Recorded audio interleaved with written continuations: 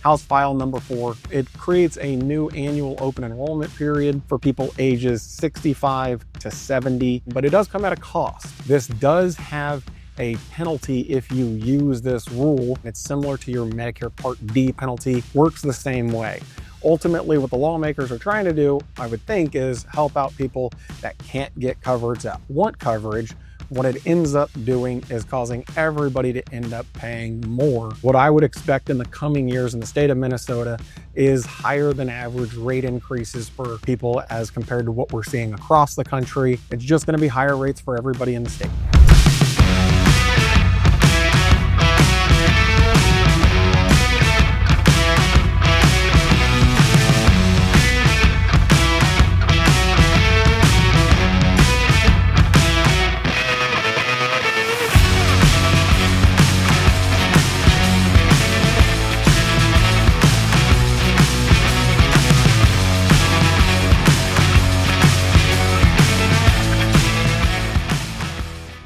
Hey guys, Curt Graham here from Elite Insurance Partners. I'm the VP of Brokerage, and anytime there's a new rule, regulation, or law that passes, I like to put out a little email, or in this case, I'm doing a video on the changes to that law, how it's going to affect us. Today, we're talking about Minnesota. It's actually Minnesota House File number 4, and I'll pull it up here. You can take a look. This is the actual House File. It's quite long. I did a little search for Medicare, comes up about 103 times. And what are the changes that happen? A little bit of background on this law. It is actually a modification of a 2023 law that was set to take effect in August. It was delayed, and it would have been a broad open enrollment period for all Medicare Supplement plans, allowing enrollees to enroll in these plans without any medical underwriting at any time. Well, thankfully, they said, hey, this could cause some issues, could cause our rates to go up even more than they already are above the national average. If you don't know about Minnesota, their plans are a little bit higher than the national average in the state, about $180 to $250 for their plans. And that is because they are one of 3 states that don't follow the federal standardization of the alphabet plans, A, B, C, F, G. And it's them, Wisconsin, Massachusetts are all on their own little different type of plan. Now that's already caused their prices to be higher than average. Also, one of the things that Minnesota has is community rating. And this is the way that they come up with the price of plans in the state. A little bit on that. There are different ways that plans are priced differently in different states. And so if you're not a national broker and you don't sell all over the country, this might sound a little foreign to you, but there's a couple different ways that these plans can be priced. You've got attained age, which is basically as you get older, the price of the plan can go up based on your age. You've got issue age, like the state of Florida, where when you buy the plan at your certain age, you lock in that age rate as long as you're on that plan. So if I buy it at 65, I continue to pay what other 65-year-olds are paying, even if I'm 70, 75, 80. And then you've got community rated, which is where everybody in the state, no matter gender or age, is going to pay the same rate.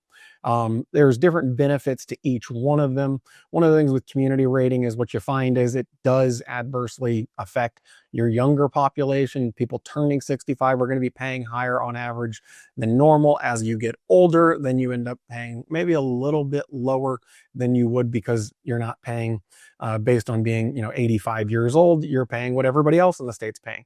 So there's a lot of theories on why they do this, but one of the things that it does do is it does end up having higher prices based on the community rating and the fact that they don't follow the standardized plans.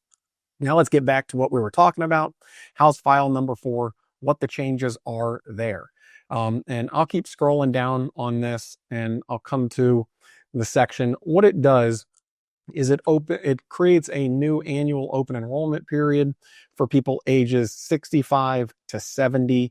If they weren't on a plan or they want to change plans, they can enroll in a Medicare Supplement plan as if it was open enrollment. They don't have to worry about medical underwriting or any health conditions. They can enroll in that plan, but it does come at a cost, okay? This does have a penalty if you use this rule, which is a good thing for people that are on the plans, and also a good thing for the people that aren't on a plan and need to get the coverage. They're going to have to pay a little bit more, but at least they can get the coverage that they need. So hopefully it does tamp down that adverse selection a little bit. But as an agent, you need to know this penalty is increasing over time. So starting in 2026, it's only 15%. 2027, it goes up by 5%, all the way up until 2030, when it caps out at 35%. And this is a penalty that they will pay as long as they are on that plan. It's similar to your Medicare Part D penalty. If you didn't enroll and you should have enrolled in a prescription drug plan, then you could pay that penalty as long as you're on a Medicare prescription drug plan. Works the same way. And so they are paying that. Now, if you think about what that means in a couple of years when it's a 35% penalty and you're talking about a $250 a month plan, I mean, we're talking 70, 80 bucks a month in addition to what you would normally be paying. So it does encourage people to still go through medical underwriting, hopefully tamp down on that adverse selection that can be created. But this is just a long line of the state legislatures, kind of chipping away at the federal standardization of Medicare supplement plans and how they're supposed to work. We've seen it all over the country with birthday rules getting enacted in different places. I did a video just recently on the changes that are happening in Texas that gives people an open enrollment period. And what is this going to do? Ultimately, what the lawmakers are trying to do, I would think, is help out people that can't get coverage, that want coverage. What it ends up doing is causing everybody to end up paying more, because those people that are enrolling that have major health conditions are going to utilize their plans more, and that's going to be more expensive to take care of them. In turn, what the insurance companies are going to have to do is raise premiums for absolutely everybody. And so what I would expect in the coming years in the state of Minnesota is higher than average rate increases for people as compared to what we're seeing across the country. Stack that on top of what you already have with higher than average rates in Minnesota. It's just going to be higher rates for everybody in the state. Okay. As an agent, what can you do about this? For one, be aware that it's there and know that it's something that you need to be talking about with your clients. I would still, be encouraging people to go through medical underwriting so they're not paying 15, 20, 35% penalties on their plans. But if they don't have that option, they can't pass medical underwriting, they do have this enrollment period as long as they're under the age of 70. Once they're over the age of 70, it goes away. They no longer have access to it. One other important thing, coming over here to Telos, they're great. They always put out great information on any sorts of changes to laws. I always like to hop over to them. The individual may only make this choice once during ages 65 to 70.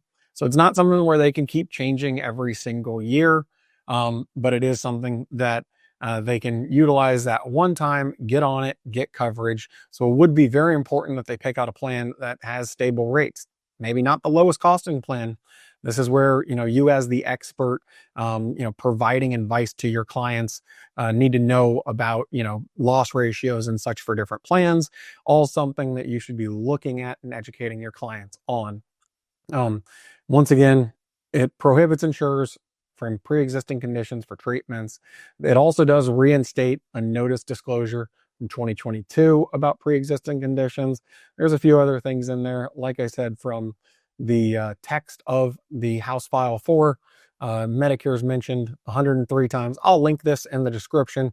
You can take a look at it, try to find the pieces that you think are interesting. I like what Telos did and gave us a good understanding of it. One thing I will note is I did a little search on Google News. Usually you can find some information, but no, it's not being talked about at all. So that's why I wanted to put out a video, make you aware of some changes that are happening around the country, stay up to date. If you want, get in touch with me. I can provide you with some more information on this, talk about the other changes that have happened recently, continue to watch some of the videos that we put out. This is some of the content that we have here.